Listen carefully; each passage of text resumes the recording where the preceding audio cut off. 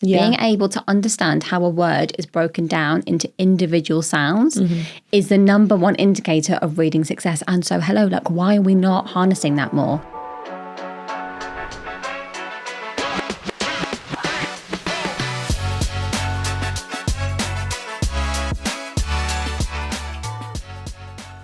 Welcome to the Leading With podcast. I'm Brogan, National Phonics Lead at Twinkl. Today I'm joined by Jasmeen Basi, early years educator and creator of the Phun Phonics method, a phonics approach grounded in early brain development. Jasmeen is a passionate advocate for parents, raising awareness of how early brain development supports children's communication skills and early literacy, particularly in the birth to 5 space. She does this through her online content on social media and through her online courses.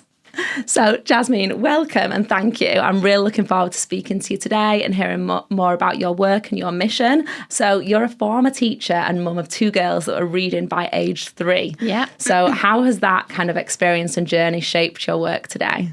So, I feel like I need to go right back to the beginning. So, I haven't talked a huge amount about this, but I think it's really important that I've got to a point in my career and with this new journey that I'm on to talk about it. But I was diagnosed with dyslexia around about 8 years of age. So I was in year 3. I'd had 3 years of schooling already. And so I spent a lot of my early years thinking that I wasn't very clever, that academics weren't for me. I was acutely aware of my position in the classroom with 30 other children. So knowing that table over there was the kids who could really, really get stuff, and knowing that I wasn't anywhere near that. And so you know, I was taken out of classes, I had interventions, and I think every time that happened, I was pulled out of subjects that I really loved as well. And I think that's so sad. And was, had all these interventions, and each time I was taken out, it was a little label that's kind of stuck to me to say, oh, you're a bit thick, aren't you? Oh, can't do that, can you? Oh, you're not very clever. And I know the system was trying to support me, but that unfortunately is the internalised messages that I got. And so it was put a lot of effort in and you'll get mediocre results is what I felt school was. And so I retracted from so many subjects because reading isn't a subject.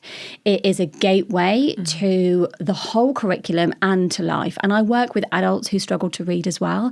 And I see how debilitating that is. I've got a mum of one of the children that I teach, and she came to me in tears because she's like, my daughter is struggling and I don't even know how to read a menu at a restaurant. And I couldn't imagine being an adult and having that difficulty.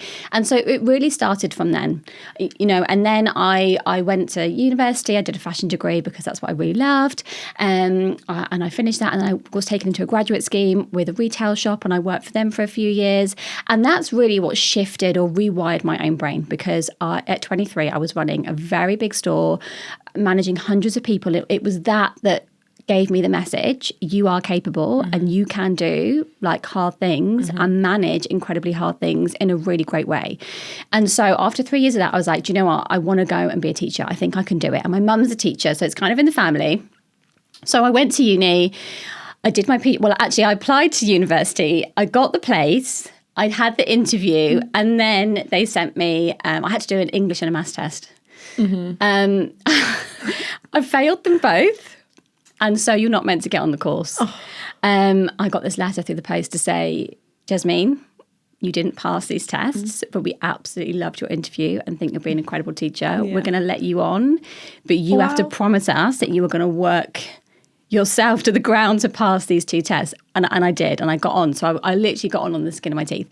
And then I started it being in classrooms, and I got like outstanding observations, and I was just like, oh my gosh, like this is something that I'm really good at. Like, oh, this is so exciting. I loved working with children. I love seeing the progress that you make. And so I really fell in love with it. I mean, there's lots of other things that are very difficult with teaching, but I went into it.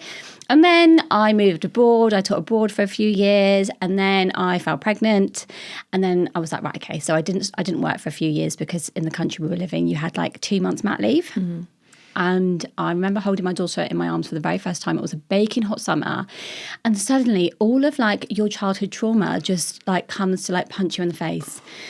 And so I was like, oh my God, like what if this child, like she was born in May, so she's a summer-born baby. So I knew that summer-borns don't do as well as when they're at school. And I was like, no matter what, this child is going to start school already reading. This it just had to happen. It was just a decision that I made there and then. And so that really was the birth of Phun Phonics. Wow. I didn't know it at the time. But through it was through little bits of gentle play, like sensory play with water. I would sound things out to her. I'd be like, can you go put on your coat? What am I saying? Coat? Yeah, amazing. We'd be in the car and I'd be like, can you see a bird? So sometimes I think when people hear that I taught my kids to read so young, they're like, oh, pushy mum. We shouldn't be pushing this on them so young. But actually teaching your child to read is not painful. It's not getting them to sit at a table. It's not reams of worksheets. I literally built it into the everyday. And yes, there was some quick fire flashcards. I'd sometimes stick Post-it notes on the kitchen cupboards at eye level and get her to repeat the sounds. Honestly, it was just 5 to 10 minutes. And realistically, I always say do it every day, but it wasn't every day. It was about 3 or 4 times a week that I would just make sure that I, plug these bits in. And by 2, she was reading words. But by 3, she was properly reading. And I was, to be honest, shocked myself. I was like, this is incredible. So rinse and repeat for my second child. I refined that process. And actually, it was COVID at the time, so I didn't have any reason to go out the house and do anything else. But she was reading even earlier. She was still reading like at 3, but she was younger. And I was like, okay, great. And then I was like, job done. Kids can go to school. And then I went back to work and brutally honest, I absolutely hated it. I did part-time. I think anybody who is listening to this who's a teacher will know.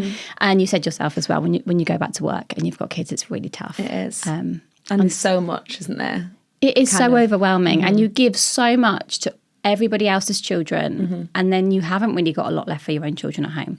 So how this really started was I was like, right, I've got this front room. It was a playroom for the girls, but it was quite... It felt like a classroom, I think, just because I'm a teacher. I just made it that way.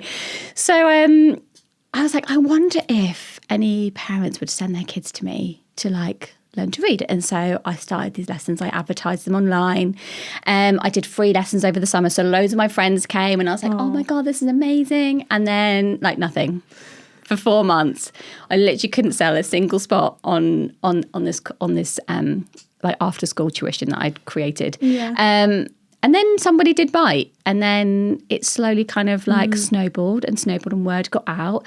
And then I think that obviously I was getting really good results with the kids because it was so play-based and so much fun. And the parents were coming in and seeing what their kids had been doing and that they were loving coming. And so it was like, oh, wow, you've got to send your kids to Jasmeen. And so it kind of grew and grew and grew.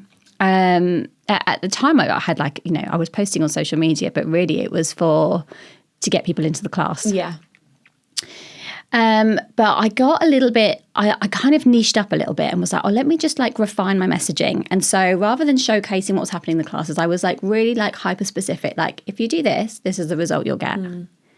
And it was literally over the course of about, I think it was 3 nights. I think I'd gone from I'd slowly grown to about 6,000. And then it just went boom to 17,000. Wow. I remember going on the school run and this mum would be like, oh my God, you're famous. I was like, oh my God. And then it's just snowballed and snowballed and snowballed after that. And which shows to me there's a massive need and that parents are already doing so many incredible things with their children before they start school. So many. But what I want you to do is just be able to shift that into a new direction that's going to hardwire your child's brain for success. Yeah, there's just so much to unpack there. I feel like because your experience in school has obviously shaped how you have thought about that early intervention and how you kind of weren't able to unlock the curriculum. Like you say, it's literally reading unlocks everything else. It unlocks all those life skills. So it's kind of shaped, first of all, how you were as a teacher, which sounds like, you're an amazing teacher, even though those skills tests kind of, and that's another thing about the system, isn't it? It makes it difficult for people that do have that passion through their experience and just through who they are, their personality, to shape those lives. But then also how that is applied into what you did with your girls. How old are your girls now? Sorry. They are 7 and 5. 7 and 5, so they're both at school. And do you feel like that has made an impact to massively? I mean, I that? just had Sophia's school report and I honestly couldn't be more proud. She's great to depth in reading and writing, which, I mean, I didn't expect anything less, but there's one thing that her teacher wrote at the bottom of her report that it really struck a chord with me, because I suppose I didn't have this, but it was I can't remember the exact words, but the sentiment was Sophia's competency in her reading and writing means that she is able to access all areas of the curriculum. And that little nugget was like, this is the exact reason why we do this, because I became disillusioned with the education system. I had been fed the narrative that I wasn't really that bright, I wasn't really that clever, I wasn't really going to achieve much, a bit of a, plod along and you'll do this. Yeah. And I feel like, what if I had never realised how capable I actually am? And then I think back to like every single child that's in a classroom right now who is struggling with reading or writing or something else, and not realising their potential and what all the incredible things they can achieve, because our education system is set up in a way to it didn't give me my moment to shine and show the things that I'm really good at. So every day you're walking in and every day you're getting the message of, can't we do that? Can't we And even things like sports day, we always celebrate the good writer or the good mathematician, and we bring them to the front and they read their stuff to the class and we're all like, wow. And then it's sports day, so we can't have any competition. And so you never get your moment. And I remember this pinnacle moment when I was in secondary school where we were upstairs in the sewing room. And I am like really good at sewing. My grandma was a great sewer, my mum is. I am, and I'm dyslexic, so I'm just more creative. Yeah. And we had this piece of paper, an A4 piece of paper, and it had all these like swirly lines on, right? And we had to, there was no thread in the machine, but we had to put our foot down. There was a competition. We were all lined up, like 9 of us. And she's like, 3, 2, 1. And we had to go like this. And I did it in like half the time as the next quickest person. And I was like, yes, like, oh my God, so good at this. And the teacher said, no, you did that too fast, I'm disqualifying you. And I was like, no. The one time that I'm like managed to do something and it was like ripped away from me. And I just think there's all these things that happen even in today in classrooms that massively contribute to children's self-esteem being dented really badly. And so my mission, I suppose, is to... I really want to see a big shift in what we're doing with children before they even get to school. And actually this leads me on nicely to neuroscience. Yes, I was going to ask you then about that. And neuroplasticity. So I've kind of gone on a bit of a deep dive into this, and it is so incredibly fascinating. So when I was doing my classes with children, I kept saying like, I was talking to my husband and my mum, who's also a teacher, be like, what is it between like the ages of 2 and 3 where they're just picking it up so quickly? And so obviously I launched the course. Yeah. And it, like for a couple of months it was quite quiet, and I was like, I'm not getting any feedback, because people had to go and use it, right? Yeah. I've had so many videos from parents who have taught their 2-year-olds to read full sentences. Like I was blown away, and they send me these gorgeous pictures of them like painting on a fence, or like quick fire at breakfast, or like they're in the car picking up another sibling. And it's not like this perfect, pristine, Pinterest worthy lesson. It's not. It's messy. It's in the world that we live in with kids running around. It's hectic, but they're still doing it, and it is incredible. And so I started to go on a bit of a deep dive with neuroplasticity. And what happens is you're born and all those synapses in the brain start to develop. But actually between the ages of 2 and 3, we have this absolute like exploding amount of neurons and synapses in the brain. And what happens is we give our children sensory input. So, we do things with them, and then these fire up, sending messages. And so the more messages they're receiving, the brain's like, oh, okay, we're using this. So right, that's important. Okay, we're using this. This is important. Oh, we're using this. Oh, we haven't really used this bit here. So, okay, cool, noted. And by the time they get to 4 and 5, the brain is like, okay, let me just have a little mini assessment here, because we used all of these neurons. These however many are really good. She's using them a lot. But these ones over here and here and here, we haven't really used them. So I'm just going to get rid of them. So then the brain like hones in on the ones that are left and makes those stronger and refines it. And so when we haven't done early literacy, and we're not programmed to read. No. We're programmed to walk. We're programmed to talk. We're programmed to crawl. We're not programmed to read. We've been teaching people to read en masse for about less than 200 years. And we have to remember that. Yeah. And so the brain has to use other connections and repurpose them through this practice to be able to read. And so if we're not doing it early, actually those bits of the brain get pruned away. And it's not impossible to then teach job, but it is harder. And so I want parents to know this. I want, it to be embedded into our curriculums that you don't have to, you can do this through play. Yeah. You can do it in 5-10 minutes a day, but what the foundations that you're laying, you never get this window to lay those foundations in this point. And we've known this for a really long time as well, but Harvard actually have recently done a really fascinating study over a 10-year period. They took children, and they took the earliest one, I think the youngest was 3 months old. they put them into MRI scans, right? Yeah. And then different children are having different things happening at home in terms of language and oral and all that sort of stuff in the environments that they're in. And then what they did is they kept giving them MRI scans to see what's happening. And where we thought that there was like a divergence in the brain around 5, 6 with reading, we're actually seeing huge differences at 18 months. Wow. And so the reading part of the brain is actually developing when they're in our tummies. Wow. And by 18 months, we're seeing a difference. So that means that when your child starts school, they're not starting all from the same space. They're in very different places. Yeah. And then it's much harder to catch up. And then you've got a class of 30. I know our teachers do an incredible job. I know our TAs do an incredible job, but they're fighting a bit of a losing battle with lack of resources. And the other problem that I really have is that when you start pulling children out for interventions, you start denting their self-esteem. And so we need to go right back, because actually when you're doing that and they're little and they're in preschool, no one at 2 is going, oh, that kid's just over there because he can't get it, so he's got to have extra help. That isn't the environment in nurseries and preschool. So we need to secure it then so we don't have this problem later. And that really is my core message. Wow, I'm so interested in the brain. So fascinating. I've just learned so much. So you're saying kind of that optimum time is that 2 to 3 years. Yes. And in terms of, I suppose, in practice, for your audience, for parents, if they were wanting, and again, I think there's sometimes a bit of a worry with parents where they can worry about doing the right thing and teach them the right way. What kind of would you, as some really clear examples? I know you talked about how your Instagram kind of soared when you said, do this will happen. I think that really hit me as to think, well, that means that they just want actionable things that are simple and just, this will happen if you do this 5 minutes a day, 10 minutes a day. What kind of are those things like? Yeah, absolutely. Give those as tips, what would they be? Yeah, okay. So that's a really good question. And I think before I go into that, I want to talk about the fact that lots of us millennial mums who've got children of this age, and we didn't learn phonics at school. We learned to read from sight. Yeah. So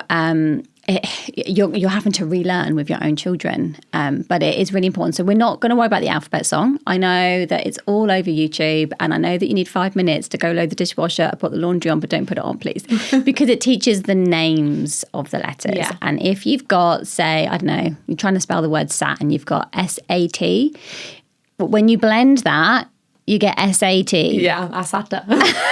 And you're like, So first of all, it's really important that you use the pure sounds. Now, don't be overwhelmed, because you don't need to teach all 26 letters. And that's the beauty of this, is you only really need to teach the sounds of just 6 letters, which I mean, certain phonics schemes start with different sounds, but I use SATPIN. Yeah.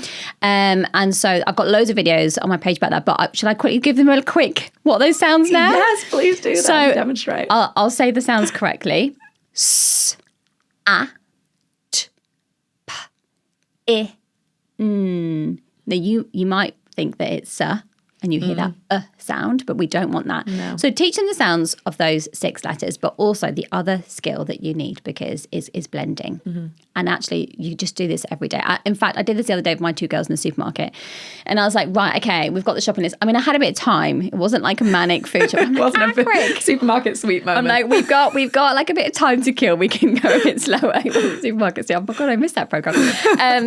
So I would be like, right, okay, can you go grab some rice? What do we need? Rice. And I always love to use fingers, because it helps the child, particularly young children, to identify when the sound is switching. Sometimes I put a finger on the chin and they can visually see. So we're hitting on multiple senses. They're hearing it, but they're also watching me change sound. So that's really important. Or like, can you go get me some bread? Bread. Yeah, amazing. Go. Those 2 things, honestly, if you just did that with your child, you are wiring your child's brain for reading success, because actually once you've nailed those 6 sounds and the skill of blending, reading is just a rinse and repeat process of those 2 skills. Yeah, it's just kind of scaling up then with that. It's just scaling up, yeah. So if you can establish that, and really I want to see that embedded in nurseries. Yeah. And what we need for that is we need to train our staff up who are working with our youngest children to be able to do that in a really, high quality way. We also need to be doing things about like screening children for dyslexia. We know that there's at least three children in every class that is dyslexic. This is, this is just a slight variation on normal. Like it's a huge number. And so screening early, like, I wasn't diagnosed till I was 8. And then, nothing's happened for 3 years. It's really hard. So we need to be doing it much earlier. Yeah. Which is a bigger kind of, I don't know how we solve that problem. And so while we're waiting for that shift, I want to be able to give parents the skills and say, it's not that difficult. You can do this. It's going to make a huge difference. You're already reading them stories. You're already singing them songs. The government always talks about doing those things for our children. They've got rhyme times in libraries. So this is just don't sing the alphabet song. Just do this instead. It's not overwhelming. You don't need to worry about getting it wrong because you've only got to remember 2 really small skills, but it will completely rewire and reshape your child's brain for a lifetime. And I just think we're just giving so many more children a chance to thrive in our school system. I think there's lots of things that could change in our school system, but this gives them the skills to thrive. And I think that's exactly why I did it for my children, because I'd struggled in that system. I'm like, I know there's one way that you'll be okay. Yeah. It's if you can do this, because our system is built for kids who can do this. Yeah. And if you can't, you're going to struggle. So I'm going to make sure you can at least slot in if I can't change the system. But hey, let's try and change the system now. Yeah, no, it's so interesting. And speaking of obviously the system, you were invited to 10 Downing Street to speak to Keir Starmer about his plans for early years. Like, what was that like? Yes, do you feel like you've gone a little bit towards changing the system? Yeah, my attempt at being a stay-at-home mum kind of escalated a little bit. So yeah, that was a massive shock, to be honest. Actually, I didn't even know that I was meeting him. It was so hush. It was like, we want you to go to 10 Downing Street. We want you to, I think they used the word official.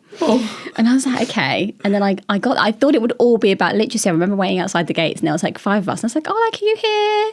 Like, yeah, like, what are you in? Like, oh, mortgages. I'm like, oh, okay. And like, oh, what are you here? Like, oh, I'm a GP. I was like, okay. But they've got their 5 missions and there was one person from each of the missions. So to be selected as that person was incredible. And yeah, we had a lovely tour of 10 Downing Street, which was amazing. And we sat on these green sofas and we had like this embargoed information. We were reading through it and we're like, the official will be here shortly. And we're like, surely it can't be. Like, who could talk to us about all of these different things? Like, and then in he walked. Wow. And I was a bit like, oh my God. Didn't even get a second to just adjust. My nervous system was just like, ugh, because the film coming there and it was straight in, bam. Wow. So I remember him like talking to everybody. I think I might have been the 3rd person and not listening to anything because I'm like, what am I going to say? What am I going to say? So yeah, that was incredible to be given a voice. We talked about there's lots of reform that the government are putting in place in terms of school readiness. Yeah. I agree with all of those things, but I do feel like this oral blending, it is missing. I think that it's such a small shift and I really wish that it had been included in that readiness for school programme. All the science is pointing to it, and it has for a long time. All the studies in neuroplasticity, in neuroscience, and this incredible 10-year study that Harvard have done specifically on the reading part of the brain. Like, the evidence is there. It is so clear. Let's embed it. And the other thing actually I want to come to, you're talking about kind of like misconceptions, is Scandinavia. Yeah, because their curriculum is much later. Yeah, so I get this a lot. I get this comment a huge amount on social media, like, oh, they don't start until they're 6 or 7. Like, you're wrong. And I think that's a massive misunderstanding on the Scandinavian system. Okay. They don't start formal teaching. Now, what we mean by that is sit at a desk with chairs and a table and a whiteboard. You sit, you listen. But that doesn't mean they're not teaching them before. In fact, they do such a brilliant job of teaching early literacy skills. The skills of blending, segmenting, they manipulate sounds. And it's not this free play. Yes, they absolutely have free play, and it's so important. There's actually a lot of very carefully manipulated play to encourage children into a love of language, which is why when they start their formal learning, because they've had this really beautiful play-based experience that has embedded all of those early language and literacy skills in that critical window, and their preschools and nursery staff are so highly trained. And I get a lot of messages from parents as well who are really keen and eager to support their children before they start school. And they go, well, the preschool have been told they can't teach phonics because the school have said they're not going to get it right, so we can't do it. I mean, I get that all the time. And so there has to be this better relationship where it's like, okay, we know that in nurseries and preschools, we are going to teach these foundational skills. We're not going to stop teaching blending when they get to school. We're going to carry on with it. But if we can nail that then with really high quality training, beautiful play-based learning, we can mimic that Scandinavian system, even if we are sending our kids to school younger. I mean, I would love to send them later, or I would just love to see a play-based curriculum for longer. There is a lot of talk around play-based learning in Key Stage 1, and I want to see that until the end of year 2. Yeah. I think we put too much pressure on our children too young. I don't think it's necessary. I think we can make these simple shifts in our curriculum and actually the teachers want it too. All the teachers that I speak to, they want to be able to deliver a play-based curriculum. Yeah. And we need to shift our system. And making it more play-based means we have to take up the pressure off teachers as well. Like, let them do their job. I think we have to have a massive look at oral blending. I think you can build that in. I don't really see that embedded in classroom practice, but we know that it's the number one indicator of reading success. Being able to understand how a word is broken down into individual sounds is the number one indicator of reading success. And so, why are we not harnessing that more? We cannot be taking kids out of PE. We can't take them out of art and geography and history and all the other stuff they love. You know, realistically, in an ideal world, we'd have 2 teachers in every classroom, or we'd halve the class sizes, but it's not realistic. And so this has to be like a long-term plan where we go right back down to fixing the problem, where we can plug the gap in, but we've also got a whole bunch of children who are already in the system. And so what we do know is that you may have missed the window in that neuroplasticity moment where you've got that explosion of stuff happening at 2 to 3. But the brain is still plastic. And that's really important to note, that you can learn new things, but what you need is repetition.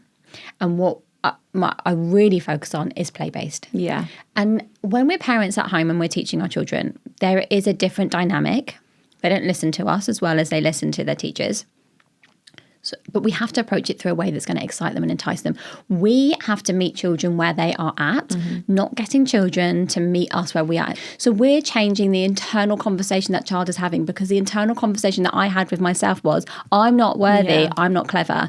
And in my adulthood, I've had some people that I went to school with reach out to me who were like the brain boxes in the class and asked me for help. And I was like... Tables have turned. What? What? Like, I was in awe of you. Like, you could just do everything effortlessly. Like, set one child, like kids all throughout, like A stars, GCSEs. And so it's like, wow, I never realised that I had the potential to do all of these great things because of the narrative that the school told me. And so there needs to be more of a conversation within schools about how to train teachers to change the narrative and the self-talk that children have. Because honestly, the self-talk... I was self-destructing myself in telling myself that I couldn't do things that I could do. And now I'm like, I can do anything. I will try anything, because I'm like, do you know what? I don't know until I've tried it. Yeah, I love that. And I love the fact that, you've just recognised that the confidence that you was kind of given to you through somebody asking you for help with something. That is a message that we can put to our schools for those pupils, like you say, that might struggle with something academic, but they're really good at something else. How we can give them the confidence, because that then is a cycle that will feed back into their confidence with things like reading. Yeah, it's mindset. So even in like the adult kind of like, space of training, like your mindset will dictate what you achieve in life. Yeah. And so if you can change that, like if little Jasmeen could see me now, she'd be like, what? You met the Prime Minister? It's kind of healing to the inner child. To be like, okay, I'm having my moment now. I'm a bit of a late bloomer, but it's okay. No, I love that. And I think, like I said earlier, it was really probably, it definitely will have shaped why you are where you are, because you did, you can put yourself in those, young people's that are struggling shoes and think, no, actually, this needs to, there needs to be an intervention sooner. Yes. But it's brilliant that you can champion that. Yeah. And be that kind of voice for those young people. Yeah, absolutely. It's amazing. I just think how much brilliance is trapped inside a child's brain who thinks that they're not clever. Yeah. So how does that maybe... I know we've talked a lot about reading and like play-based phonics, but it sounds like what we're talking about a little bit now is to do with like mental health, well-being, confidence. Like, yeah. how would you link those two together in terms of what could schools do for, I'm sure there'll be educators listening that are thinking about pupils in their class that maybe aren't, you know, thriving in certain areas, and maybe they're starting to think, oh, that sounds like they could be, you know, potentially dyslexic or just have some sort of neurodiversity that, or some sort of barrier. Like, what in terms of their, I don't know, confidence would really support that, do you think? The only thing that shifted it for me, from my personal perspective, is when I was in the world of work. And I was just doing something that I realised I was actually really good at. I remember having to like, oh, this is weird. I'm getting this right. Like, I'm getting really good praise. Like, what? We have to, as educators, find what those children are good at. And you will find that actually some of them will have like common threads, like the arts or tech or sports. Okay. And so we have to make time in the curriculum to give those things proper time. We give maths and English and so much time every single day, as it should. But we have to give children the other thing that I think is really important. I do this a lot with my own children and with the children that I teach, is I'll often start the lesson giving them something I know they can do, but telling them there's absolutely no way you'll be able to do this. It's really hard. There's no way. There's no way. And then they'll do it and they'll go, oh, I just did that. And I go, no, you didn't. Let me see that. What? Oh my God. I'm being genuinely shocked about. So you're giving them that opportunity to, and that, kind of all that only is, that's just mindset work. I'm not trying to educate them. I'm not trying to challenge them. I'm trying to be like, I just want you to know you're really good at some stuff. And I think sometimes when we're in the classroom, we're constantly trying to push to the next thing, which we have to do. But actually, there's so much leverage in just taking a minute and giving them something you know they're going to do. And then absolutely showering them with like, what? I am blown away that you did that, because that is so hard. No, I and love look that. how effortlessly you've done it.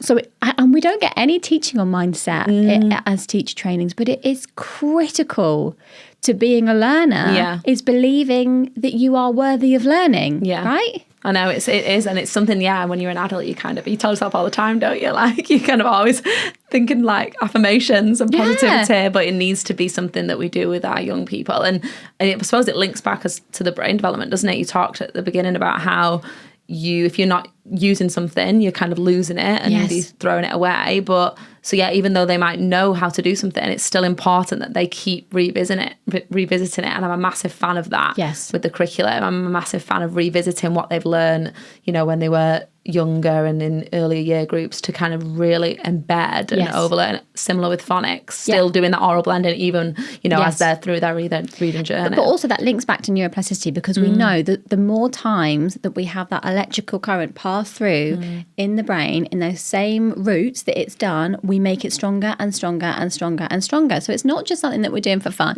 It's actually critical to embed that bit of learning. And so we have to have more space for revisiting.